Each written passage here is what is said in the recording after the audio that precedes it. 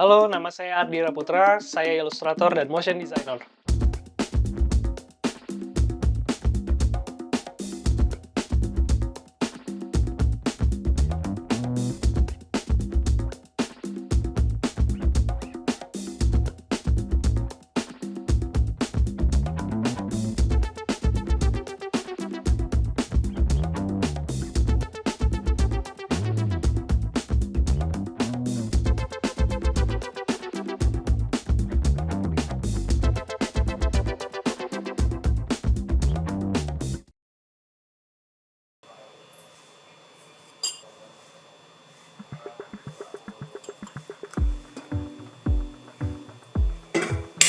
Banyak hal yang menginfluence saya.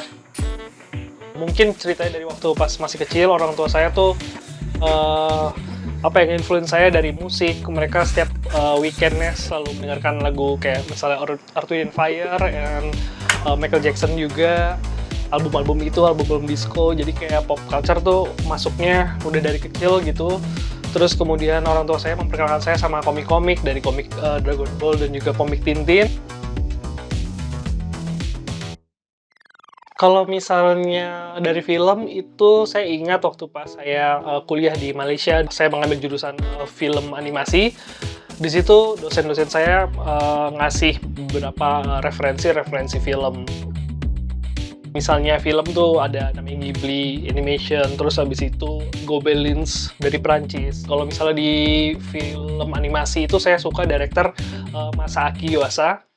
Banyak mendapatkan sesuatu yang kayak culture yang nggak ada di Indonesia sendiri. Nah itu tuh makanya kenapa video game tuh kalau menurut saya itu menjadi kayak sebuah portal untuk melihat sesuatu yang baru gitu. Ketika saya bermain video game itu, dan di dalam video game itu mereka kebanyakan memakai RGB dan kontras saturasi mereka tuh sangat-sangat tinggi gitu, biru, hijau. Ada sesuatu yang sangat intim mungkin bagi saya gitu. Jadi ketika kena warna itu tuh saya ada perasaan yang sangat menyenangkan gitu. Menyenangkannya dalam artian saya seperti kembali lagi ke waktu saya masih kecil, waktu saya bermain. Dan warna-warna itulah menjadi warna yang menginfluence saya untuk mengeksplor, bisa nggak dia ditarik ke era saya gitu. Waktu saya mencoba menjadi ilustrator dan motion designer.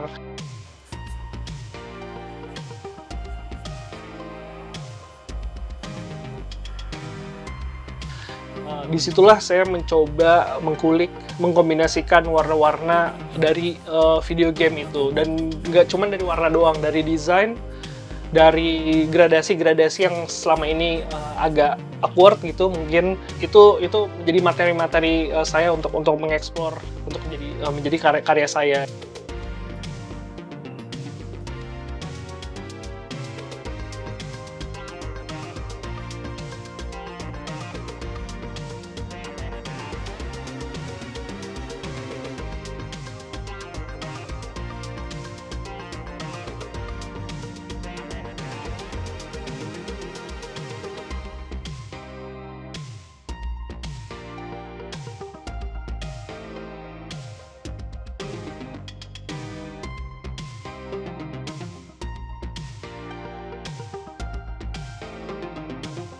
Berkarya tuh untuk saya tuh merasa seneng gitu. Kayak waktu pas saya masih kecil ngegambar, membuat karya tanpa ada batasan-batasan tertentu gitu, tanpa ada limitasi. Yang penting kitanya tuh nyaman dan senang melakukannya. Itu sih sebenarnya yang saya cari gitu dari eksplorasi itu. Jadi kayak lebih ke healing buat diri saya sendiri gitu. Simple happiness ini mungkin itu mulai terasa waktu pas saya kerja di Jakarta. Saya merasakan fase kecepatan kerja yang maksudnya cukup padat gitu, dan itu terkadang membuat saya stres juga gitu, mengambil waktu untuk kayak oke deh, apa sih sebenarnya yang saya senengin gitu. Dan saya mencoba ngebuka lagi mungkin notebook jurnal saya, terus habis itu cerita-cerita saya dari waktu pas saya masih kecil kayak gitu.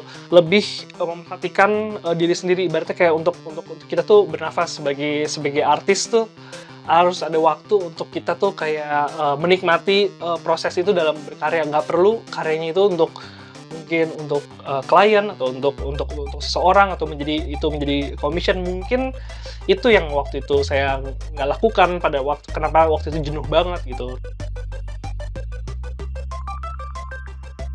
Ada teman saya, dia director, dia kebetulan lagi meng-handle band namanya Barefoot, band independen Jakarta rock gitu. Dia mau nggak ngerjain band Barefoot ini, lu bikinin animasinya. Satu hal, band itu tau kan band indie kan, maksudnya nggak ada budget untuk itu. Sedangkan saya juga waktu itu udah punya, maksudnya udah berkeluarga, udah ada istri, gitu, udah rumah, udah KPR juga udah jalan kayak gitu kan. Animasinya 20 detik doang, 15 detik doang untuk bagian melodi sequence. Nah cuman itu nggak ada bayarannya kayak gitu.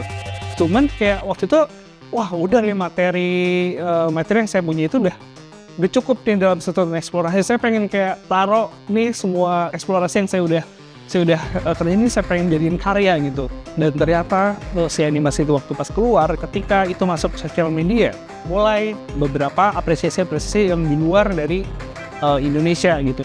Nah ketika itu ada satu namanya Singapore G-Fest namanya. Dia lagi mau bikin acara GIF Festival gitu. Dia ngeliat karya itu, dia bilang, wah ini kayaknya karyanya oke nih, mau nggak di exhibitionin, dipamerin di acara G-Fest gitu.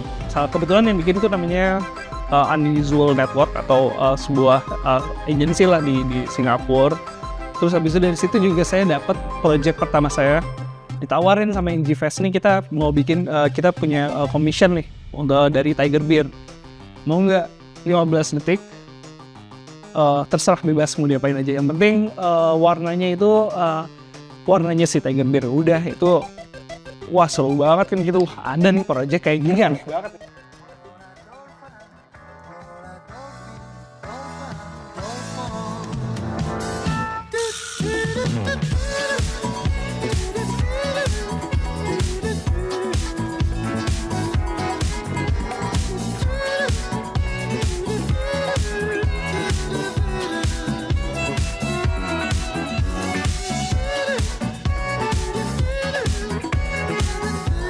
Tiga hal yang menggambarkan karya saya itu mungkin retro, Asian, dan pop.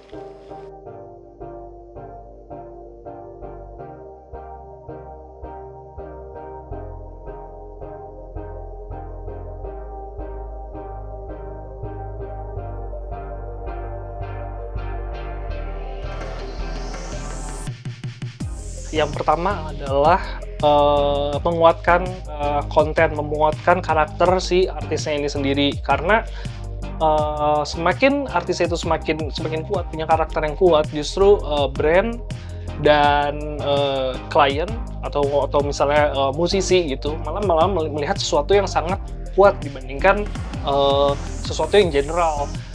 Poin kedua yang sangat ngebantu itu adalah sosial media itu sendiri. Sosial media itu setelah artisnya udah punya karakter yang udah sangat kuat gitu, gimana caranya dia mempromosikan dirinya dia? Maksudnya mempromosikan adalah ibaratnya kayak memamerkan karya-karyanya itu di segala macam sosial media. Setelah kita ngeluarin karyanya itu sendiri, kita harus interaksi ke dalam komunitasnya. Nah, kita harus tahu siapa nih orang-orang ini, siapa orang-orang yang kayak misalnya saya di mainnya, maksudnya bukannya saya misalnya karya saya lebih ke retro Asian. Nah, ini ada siapa aja nih artis-artis yang modelnya kayak gini. Itu tuh kita harus tahu. Kita mungkin juga harus berpartisipasi. Maksudnya berpartisipasi tuh kenalan, ngobrol mungkin, atau message mereka kayak gitu. Dan akhirnya nanti terjadi kayak saling support satu sama lain. Akhirnya kita menjadi dalam sebuah komunitas. Jadi setelah kita udah masuk ke dalam sosial media, kita mempromosikan karya kita, nggak bisa berhenti kayak cuman di situ aja, kayak udah ditinggal aja gitu. Tapi semuanya bakal jadi kayak mensupport artis lain, kenalan, kalau misalnya ada lagi pameran, disupport juga, jadi kayak masuk ke dalam sebuah komunitas itu.